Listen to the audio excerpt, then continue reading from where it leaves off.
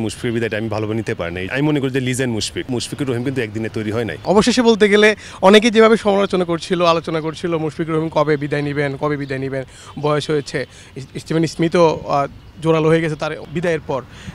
বিদায়টা কীভাবে দেখছেন মুশফিকুর রহিমের? দেখেন, আমি যদি বলি যে আসলে মুশফিকের বিদায়টা আমি ভালোভাবে নিতে পারি না, এই জন্য নিতে পারি না যে বাংলাদেশের যে প্রেক্ষাপট অনুযায়ী কিন্তু মুশফিকের আমার কাছে মনে হয় যে হয়তো আরও 1 থেকে 2 বছর খেলতে পারতো। বিকজ অফ মুশফিকের ফুল কেরিয়ার যদি আপনি দেখেন যে হয়তো গত 2-3টা সিরিজ ওর কিন্তু খুব একটা ভালো যায় নাই, বাট ওভারঅল কিন্তু মুশফিকুর রহিম কিন্তু একদিনে তৈরি হয় নাই। বাট আমি মুশফিকে তখনই বলি যদি মুশফিক তখন চলে যাবে যে মুশফিকের দেখা গেছে এরকম রিপ্লেস আমরা তৈরি করতে পারছি, বা হ্যাঁ মুশফিককে বাদ দিয়ে আরেকটা প্লেয়ার নেওয়াই লাগবে এরকম কিন্তু কিছু না। বাট ও যখন দেখছে যে আমি এটা আবার ওর যে সিদ্ধান্ত আমি আসলে সম্মান জানাই যে ও হয়তো নিজে বুঝতে পারছে যে না কিছু দিক দিয়ে কথাবার্তা, চতুর্দিক দিয়ে কথাবার্তা হচ্ছে বা যাই হচ্ছে, বা এটা হয়তো বা ভালোভাবে নেয় বা এত বড় একটা লিজেন্ড বলতে বাংলাদেশের মানে আমি মনে করি যে লিজেন্ড মুশফিক।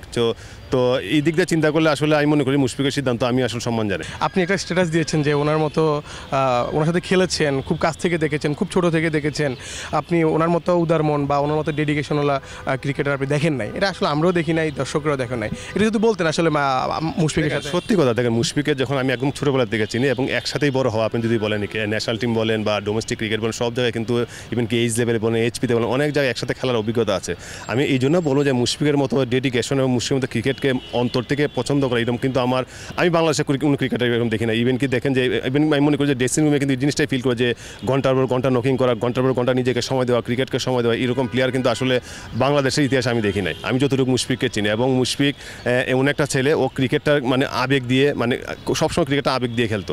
এবং আমি মন থেকে চাই যে যখন মুশফিক মাঠে ক্রিকেট খেলতে মনে করতাম যে আমরা নিজের ক্রিকেট খেলতাম, বিকজ অফ একসাথে ক্রিকেট খেলেছি। এবং অনেক সময় বলতাম যে মুশফিক বা মাহমুদুল্লাহ ওরা থাকলে আমার কাছে মনে হয় যে যেহেতু একসাথে অনেকদিন ন্যাশনাল টিমে খেলা হয়েছে, তো আমার মনে হয় যে আমাদের কোনো প্রতিনিধি হয়তো মাঠে খেলতেছে। তো এটা অবশ্যই আমি মিস করবো। এবং আমি চাবো যেহেতু মুশফিক টেস্ট ক্রিকেটটা চালিয়ে যাবে, অ্যাটলিস্ট তো টেস্ট ক্রিকেট চালিয়ে অ্যাটলিস্ট তো আমরা ওকে কাছ থেকে দেখার একটা সুযোগ হবে। আরেকটা জিনিস হচ্ছে আর মনে 4-5টা টেস্ট আছে, অথবা 100টা টেস্ট হয়ে যাবে। তো আমি আপনাদের মাধ্যমে স্পেশাল রিকোয়েস্ট করতে চাই যে মুশফিক যদি অ্যাটলিস্ট 100টা টেস্ট খেলে। মুশফিকুর রহিম অবশ্যই 100টা টেস্ট খেলবেন, কারণ টেস্টে মুশফিকুর রহিমের মতো ধারাবাহিক ক্রিকেটার আমাদের দেশে খুব একটা নেই, থাকলেও তারা আসলে মুশফিকুর রহিমের মতো না। আপনার মুশফিকের সাথে যদি আপনার কোনো মুহূর্ত যদি ড্রেসিং রুমে বা মাঠে এমন কোনো জায়গায় যে তাকে আলাদা করেছে আপনাকে চিনতে, দেখেন মুশফিকের সাথে যদি আমার কি বলি যে আসলে বলে আসলে শেষ করতে পারবো না। যে যেমন আমি কোনো ট্যুরে গেলেই বা কোনো জায়গায় গেলে যে আমি সবার আগে আমার রুমমেটকে হবে মুশফিকুর রহিম, এরকম একটা চিন্তা সবসময় থাকতো। এবং মুশফিকও আগেতেই বলে তাই তুই কিন্তু আমার রুমমেট থাকবি, আর কী হবে না হবে আমি জানি না। তো এই একসাথে খাবার, বাইরে গেলে একসাথে খাবার, একসাথে আপনি বাইরে যাওয়া, মার্কেটে যাওয়া, ইভেন কি খেলার আগে ওর সাথে কী বোলিং করলে ভালো হয়। তো মানে এইগুলো আসলে মানে আমি মনে করি মানে আমি টোটাল অনেক মিস করবো ওকে আসলে। আর একটা জিনিস হচ্ছে ধরেন মুশফিকের মধ্যে যখন আমি সিলেট টাইগার্সে যখন বোলিং করছিলাম, মুশফিক আমাদের ক্যাপ্টেন ছিল, বাট মুশফিকের মতো একটা প্লেয়ার টিমে থাকলে বা ক্যাপ্টেন থাকলে কোচেরই দরকার হয় না আসলে, এমনভাবে ইনভলভ থাকে টিমের ভিতরে। বা এই জিনিসগুলোই আমি মনে করি যে মুশফিকের এই জিনিসগুলোই কিন্তু বাংলাদেশ ক্রিকেটে মিস করবো। বাট আমি চাবো যে ওর সব ধরনের ক্রিকেট থেকে রিটায়ার করলেও যাতে বাংলাদেশ ক্রিকেটে ও থাকে, কারণ ওর মতো লোক বাংলাদেশ ক্রিকেটে দরকার আছে। ভালো। ভাইয়া যখন বলতেছিলাম যে আমরা মুশফিকুর রহিম বিদায় নিয়ে নিচ্ছেন, আমরা সবাই আলোচনা করছি, কিন্তু আমরা কি কেউ দাঁড় করাতে পারতেছি যে মুশফিকুর রহিম যখন অবসরে যাবেন তার জায়গাটা আসলে কে নেবেন? কারণ অন্যান্য দেশের যারা অবসর নিচ্ছেন তাদের কিন্তু পাইপলাইনে কিন্তু অনেক প্লেয়ার আছে, কিন্তু আমাদের কি সেভাবে আছে?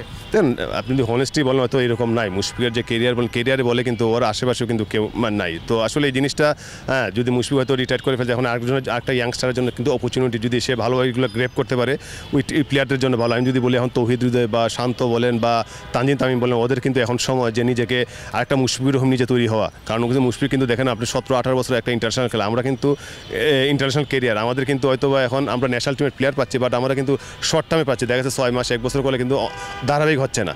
বাট মুশফিকের মতো বা রিয়াদের মতো বা আপনার তামিমের মতো যে আপনার 17-18 বছর ক্রিকেট খেলে এরকম প্লেয়ার কিন্তু আমরা পাচ্ছি না। বাট আমি আশা করবো আমাদের কিন্তু এইসব প্লেয়ার ক্যাপাবল আছে।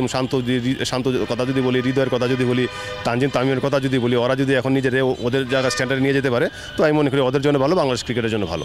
অবসরের পর মুশফিকের সাথে কোনোভাবে কথা হয়েছে কিনা আপনার? দেখেন ও কালকে রাতে তো হঠাৎ করে স্ট্যাটাসটা দিছে, তো আসলে যেহেতু আজকে ওর খেলা চলতে, তো হয়তো রাতে কথা বলবো বা সামনে যে কোনো কথা হবে ইনশাল্লাহ ওর সাথে। Thank you.